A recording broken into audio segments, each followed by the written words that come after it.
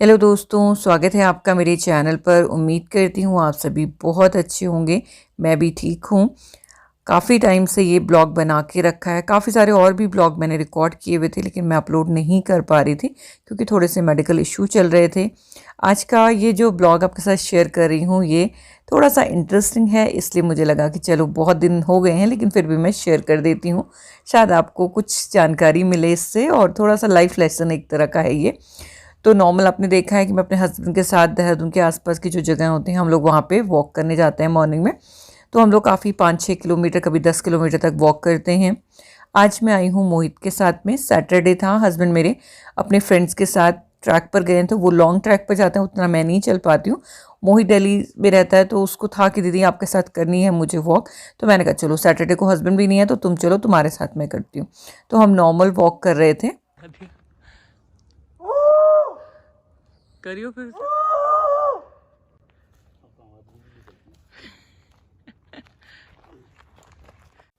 Walk करते करते हम एक बहुत ही सुंदर सी लोकेशन पर पहुंच गए थे। ये एक टेंपल है और हमें नहीं पता था कि हम वॉक करके एक टेंपल तक पहुंच रहे हैं।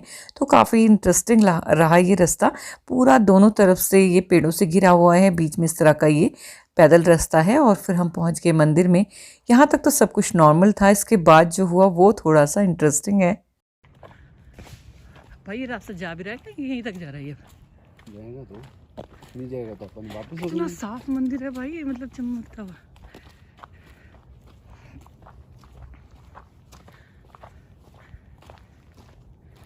वाह, किस सही जगह पहुंच गए हम लोग। बैटरी का होना चाहिए ना। मतलब अपना थर्मस में चाय वगैरह लाओ। हाँ, नाश्ता बना के ले आओ, नाश्ता लेकर आओ, नाश्ता करो। अब अगले वीकेंड आएगा ना, तब अगले से यही वीकेंड बोल रहा तब था। प्लान करते हैं कुछ ऐसा।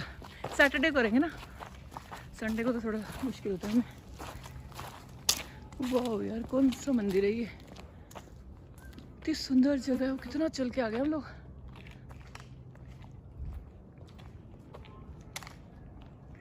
चारों तरफ मतलब जंगल ही है और कुछ है ही नहीं यहाँ पे। क्या सही चीज है क्या?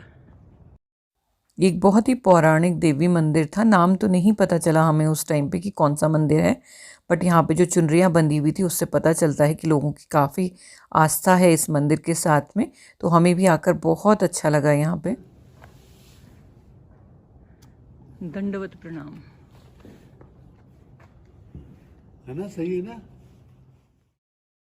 मंदिर इतनी शांत सी लोकेशन पे था, चारों तरफ पेड़ और बीच में खुले में मंदिर था। काफ़ी हाइट है और नीचे फिर घाटी सी शुरू हो जाती है। तो देखने में काफ़ी सुंदर ये मंदिर था और बहुत ही अच्छा लगा। यहाँ तक तो हम प्लान कर रहे थे कि नेक्स्ट वीक आएंगे, पूरे ग्रुप के साथ आएंगे और लोगों को भी बताएंगे। तो इस तरह का एक्साइटमेंट हमारे लिए था। तो बस यहीं थोड़ी देर हम मंदिर के आसपास घूमते रहे। और ये पेड़ देखिए, कितने लंबे लंबे पेड़, मतलब प्रॉपर रोशनी भी अंदर नहीं आ रही थी, इतना सुंदर ये मंदिर था। तो छन के जो रोशनी आ रही थी ना, वही हम लोग एंजॉय कर रहे थे और इस तरह से फोटोग्राफी वगैरह कर रहे थे। फॉरेस्ट, और इसके बाद हम वापस नहीं जा रहे हैं, हम लोग यहीं से नीचे जा रहे हैं। देखते हैं कहाँ खुलेगा ये रास्ता। चलो। जंगल जंगल।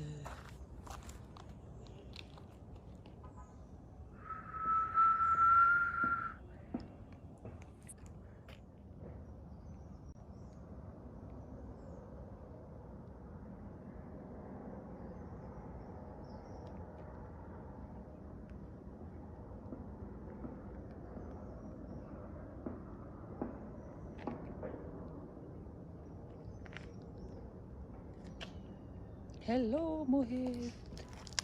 चलो।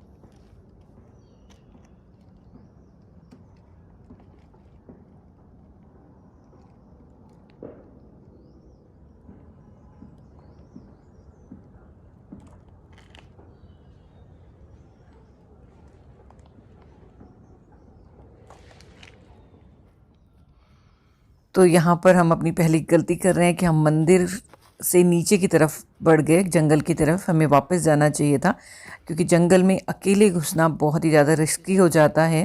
तो आप देख सकते हैं कितना डेंस ये फॉरेस्ट है। वापस तो मैं भी नहीं जाता।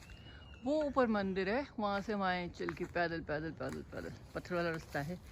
और इधर फिर से जंगल है और फिर यहाँ पे वो गेट है सामने। कितना लेवल गेट है कि भैया राजा महाराजों को वेलकम है।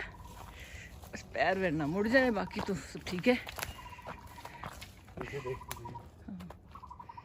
आवाज़ सुनो जरा पंछियों की।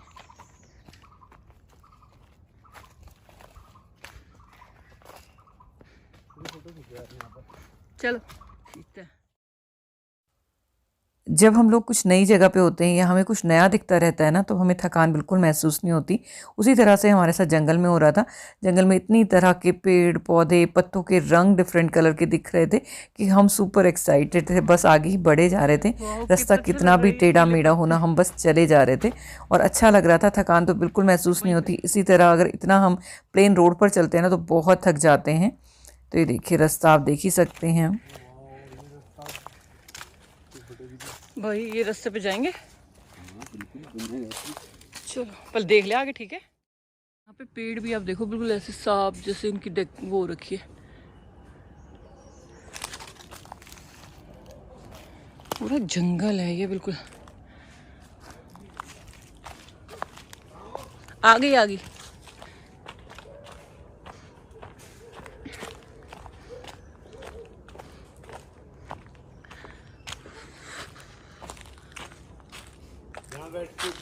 यहाँ मेडिटेशन करेंगे। और मैं क्या करूँगी, मेडिटेशन करेंगे। अरे देखो एक उनके निकल भी ऐसी रही छाल ना, कर्ल टाइप के। लोग डिजाइन करते हैं या नेचुरली डिजाइंड है। फोटो तुम चल, वही तो दिखा रहा था मैं आपको। फोटो तो क्षणिक, बारिश भी नहीं है, बारिश का पानी। फोटो तो क्षणिक है। तेरी खींचो उसके साथ ऊपर के साथ। अरे वीडियो क्यों आ गया।